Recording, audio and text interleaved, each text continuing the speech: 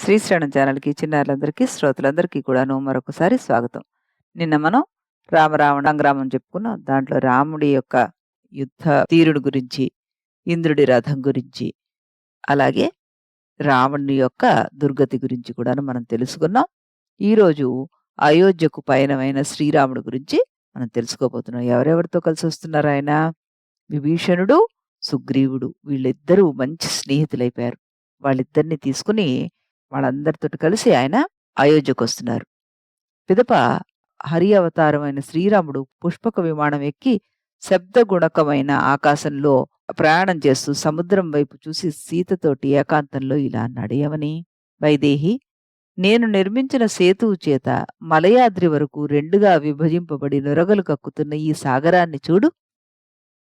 ఇది చక్కని చుక్కలతో విరజిల్లుతూ ఛాయ మార్గం చేత రెండుగా విభజింపబడి శరత్కాలం నుండి ఆకాశంలాగా ఉంది అంటూ కవిగారు ఇక్కడ అద్భుతంగా మళ్ళీ ఒక వర్ణన వేశారు. సాగర చక్రవర్తి యాగం చేస్తూ ఉండగా యాగాస్వాన్ని ఇంద్రుడు పాతాళానికి తీసుకువెళ్లి కపిలముని వద్ద ఉంచాడు. దాన్ని అన్వేషిస్తూ భూమిని త్రవ్విన మా పూర్వుల వల్లనే ఈ సాగరం ఇంతగా పెరిగింది. సూర్యకిరణాలు ఈ సముద్రం వల్లనే జలమయ గర్భం ధరిస్తున్నాయి. ధన సంపదలు కూడా ఇందులోనే వృద్ధి పొందాయి. జలాన్ని దహించే బడబాగ్నిలాగా ఈ సాగరమే భరిస్తోంది. చంద్రుని పుట్టిల్లు కూడా ఇదే అంటూ ఆయన వర్ణించి చెప్తున్నారట. అలాగే విష్ణు రూపం లాగానే వివిధ అవస్థలు పొందుతూ దశ దిశలా వ్యాపించిన ఈ సముద్రుని రూపం ఇట్టిదని గాని ఇంతటిదని గాని నిర్ణయింప వీలుగానిదైంది కాదు.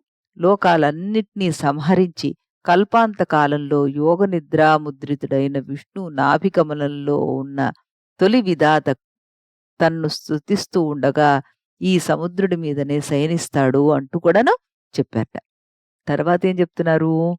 శత్రువులకు భయపడి నరపతులు ధర్మప్రధానుడైన మధ్యమ భూపతిని ఆశ్రయించినట్లుగా ఇంద్రుని చేత ఆక్రమింపబడిన అద్రులు వందలాదిగా వచ్చి ఈ సాగరుడినే శరణు పొందాయి. రసాతలము నుండి ఆదివరాహము భూదేవిని నిర్వహించినప్పుడు అంటే పైకెత్తినప్పుడు ఆ ప్రళయంలో పొంగిన స్వచ్ఛమైన సముద్ర జలాలే ఆమెకి ముహూర్తకాలం ముఖావకంఠనమయ్యింది అన్నారు. భోగ సామర్థ్యం గల ఈ సముద్రుడు తన తరంగాధరాన్ని నేర్పుతో నదుల చేత తాగిస్తూ అదే సమయంలో ఆ నదులు అందిస్తున్న తరంగాధరాన్ని తాను తాగుతున్నాడు అంటూ చక్కగా కవి తన యొక్క కవిత్వాన్ని అద్భుతంగా ఇక్కడ యూజ్ చేసుకుంటూ వచ్చారు. ఆ తర్వాత ఈ తిములు అంటే త్రిమింగళాలు అంటాం కదా మనం, అవి నోరు తెరచి జలజంతువులతో సహా నదీముఖ జలాన్ని తాగి నోరు మూసుకొని తలపై గల గ్రంథాల నుండి జలప్రవాహం పైకి వెగజుమ్ముతున్నాయి చూడు.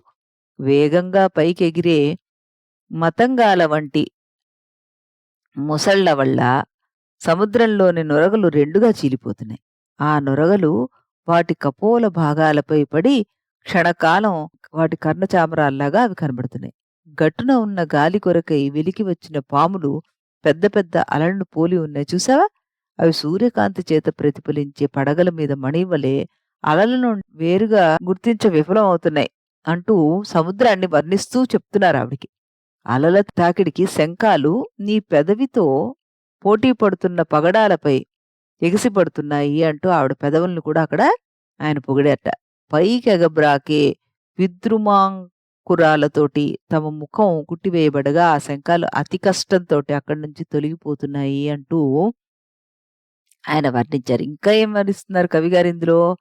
నీరు త్రావబోయి సుడితాకిడికి గిర్రున తిరుగుతున్న మబ్బును చూస్తే మళ్ళీ ఈ కడలిని మంద్రాద్రి మదిస్తోందా అనిపిస్తోంది. అంటే పాల సముద్రాన్ని పర్వతం ఏ విధంగా చర్నింగ్ చేస్తుందో అక్కడ ఈ పైన తిరుగుతున్న మబ్బు కూడా అలా చేస్తోందా అని అనిపిస్తోంట.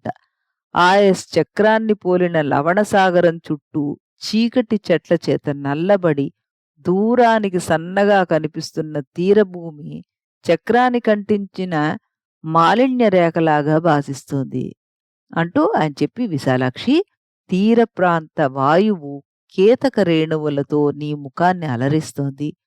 నీ పెదవికై ఆశపడి అలంకరణ క్రియలో ఆలస్యాన్ని సహించలేనని అది గమనించిందో ఏమిటో మరి అంటున్నట్ట. ఇసుకలో విప్పారిన ముత్యపు జిప్పులు విరజిమ్మిన ముత్యాలతోనూ, పళ్ళ బరువుకి వంగిన పోక చెట్లతోనూ కూడిన ఈ సముద్ర తీరాన్ని విమాన వేగం వల్ల మనం ముహూర్తంలో చేరుకున్నాం. హరిణ ప్రేక్షిణి అంటూ ఆయన చక్కగా సీతాదేవికి మొత్తం అంతా ఎక్స్‌ప్లెయిన్ చేస్తున్నారు పుష్పక విమానంలో. ఆవిడని రకరకాలుగా సంబోధిస్తున్నారు. సంబోధిస్తూ ఇప్పుడు చెప్తున్నారు ఏమని? ఇప్పుడు మనం దాటి వచ్చిన త్రోవపై ఒకసారి చూపు సారించి చూడు. దూరమైపోతున్న సముద్రం నుండి అడవితో కూడిన నేల వెలికి పరిగెడుతున్నట్లుగా వస్తోందా? అవునా కాదా? అని అడుగుతున్నారట. ఈ విమానం ఒకచోట దేవతా మార్గంలోనూ, మరొక చోట మేఘ మార్గంలోనూ, ఇంకొక చోట పక్షుల మార్గంలోనూ పయనిస్తోంది. అంటే స్ట్రాటోస్ఫియర్ ఇవన్నీ ఇలా మనం రకరకాల లేయర్స్ చెప్తాం గదా! వాటి గురించి ఆయన ఆవిడకి చెప్పుకుంటూ వస్తున్నారు. నేను మనస్సులో ఎలా అనుకుంటే అలా అది పోతోంది. చూడు అంటే దానికి రిమోట్ కంట్రోల్ ఆయన మనసే అనమాట. నువ్వు ఇలా ఎగురు అంటే అది అలా ఎగురుతోంది. ఐరావత మద గంధంతో కూడిన గంగా తరంగ సంగంతో చల్లనైన ఆకాశ వాయువు ఈ మధ్యాహ్న సమయంలో నీ ముఖంపై పొటమరించి చెమట బొట్లను హరిస్తోంది అంటూ ఆవిడని వర్ణిస్తూ వెళ్ళారనమాట. తర్వాత ఏం చెప్తున్నారు ఇంకా చండీ కుతూహలంతో నీవు చెయ్యి గవాక్షాల నుండి వెలికి చాచి తాకేసరికి మెరుపు వలయాన్ని సృష్టించిన మేఘం నీకు రెండవ కంకణం సమకూర్చినట్లుగా కనబడుతోంది అంటూ ఆవిడ చేతికి ఆ మేఘం వదిలిన మెరుపు కంకణంలా కనబడుతోంది అంటున్నాడు. ఈ తాపసులు జనస్థానంలో ఇక బెడదలేదని గ్రహించి చిరకాలం కిందట వదిలిపోయిన తమ తమ ఆశ్రమాలకు తిరిగి వచ్చి కొత్తగా పర్ణశాలను నిర్మించుకుంటున్నారు. జటాయువు గురించి కూడా ఇక్కడ ఆయన చెప్పారు. తర్వాత ఓ భీరు నిన్ను రక్కసుడు ఏ దారిలో అపహరించాడో ఆ దారిని మాటలతో చెప్పలేక దయతో ఈ తీగలు వంగిన చివుళ్ళు గల రెమ్మలతో నాకు దారి చూపించాయి అంటూ ఆ వనంలో సీతాదేవి వెళ్ళిన మార్గాన్ని ప్రకృతి కూడా ఏ విధంగా ఆయనకి సహకరించి చూపించిందో అన్నది ఆవిడకి మళ్ళీ ఎక్స్‌ప్లెయిన్ చేస్తున్నారాయన. దర్భ మొలకలపైన ఆశ వీడి ఆడలేళ్ళు రెప్పలు వాల్చని కళ్ళతోటి దక్షిణం వైపు చూస్తూ నిన్నన్వేషిస్తున్న నాకు పోయిన త్రోవను తెలిపాయి. అంటే ఇప్పుడు వృక్షాలే కాదు, ఆ లేళ్ళు కూడా దక్షిణం వైపే చూస్తూ ఉన్నాయట. అంటే "నువ్వు అటే వెళ్ళు నాయనా" అని చెప్పి నాకు అవి చెప్తున్నట్టుగా అలాగే చూస్తున్నాయి అంటూ అక్కడ జంతుజాలాన్ని కూడా వర్ణించి చెప్పారాయన. ఇదిగో ఆకాశమంటే మాల్యవత్ పర్వత శిఖరము ముందు వైపు పొడుస్తున్నది చూడు. ఆ శిఖరం మీదనే మబ్బులు కొత్త నీళ్లను నేను నీ వియోగాశ్రువులను ఒకేసారి వదలడం జరిగింది. ఇక్కడే వర్షాధారాలతో తడిసిన మడుగుల గంధాలు, అరవిరిసిన కడిమి పూలు, మధురమైన నెమళ్ల కేకలు నీకు దూరమై నాకు సహించరానివయ్యాయి అంటూ ఆయన ప్రకృతిని అంత అందమైన ప్రకృతిని కూడా ఆవిడ వియోగం వల్ల ఏమాత్రం అనుభవించలేకపోయాను అన్నది చెప్పారట. తర్వాత ఏం చెప్పారట? ఓ భీరు చలికి వడవడ వడుకుతూ పూర్వం నేను వనర్చిన గాఢలింగనాన్ని స్మరిస్తూ నేను ఇందులో గుహల్లో ప్రతిధ్వనించే మేఘ గర్జనలను ఎలాగో సహించగలిగాను. తర్వాత ఏం చెప్తున్నారు ఆయన? ప్రియురాలా నీకు దూరం అయిపోయిన నేను ఇక్కడ పరస్పర కలువ కేసరాలు అందించుకుంటూ కలిసిమెలిసి విహరించే చక్రవాకాల జంటలను ఎంతో అభిలాషతో చూశాను. ఆ సరస్తీరంలో రమణీయులైన పూగుతులతో వంగిన ఈ సన్నని అశోకలతలను చూసి నువ్వే అని భ్రమించి వాటిని కౌగిలించుకోబోయాను. ఇంతలో లక్ష్మణుడు నివారించగా కన్నీరు కారుస్తూ ఉండిపోయాను. విమానపు టంచుల్లో వేళ్లాడగట్టిన బంగారు గజ్జెల సవ్వడి విని సజాతీయ పక్షుల శబ్దమని భ్రమపడి పైకెగసి ఈ గోదావరిలోని సారస పక్షులు నీకు ఎదురుకోలివ్వడానికే వస్తున్నట్లుగా ఉన్నాయి చూడు అంటూ ఆయన ఆవిడ లేని సమయంలో పడ్డ విరహం గురించి, అలాగే లక్ష్మణుడు ఆయన్ని ఓదార్చిన దాని గురించి ఇవన్నీ చెప్పుకుంటూ ముందుకొచ్చి, ఇదిగో ఈ పంచవటిని చూడు. నువ్వు నీ సన్నని నడుముతోటి కడువులలో నీళ్లు మోసి ఇక్కడ లేత మామిడి చెట్లను పెంచావు. నువ్వు పోషించిన ఆ లేళ్లు మొరలెత్తుకొని మన వైపు చూస్తున్నాయి చూడు. చిరకాలానికి కనిపించిన ఈ చోటు నా హృదయానికి ఎంతో ఆనందాన్ని కలిగిస్తుంది.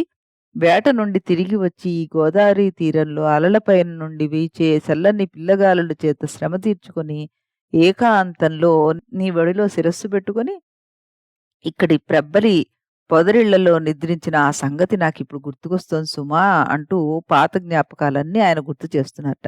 ఈ రకంగా ఆయన వర్ణిస్తూ ఇంకా ముందుకెళ్తున్నారు. రేపు కవి ఈ పుష్పక విమానంలో సీతాదేవికి ఆయన వర్ణిస్తున్నది, రాముడు వర్ణిస్తున్నవన్నీ కూడా ఇంకా ఏమేం చెప్పబోతున్నారో తెలుసుకుందాం. అంతవరకు సెలవు.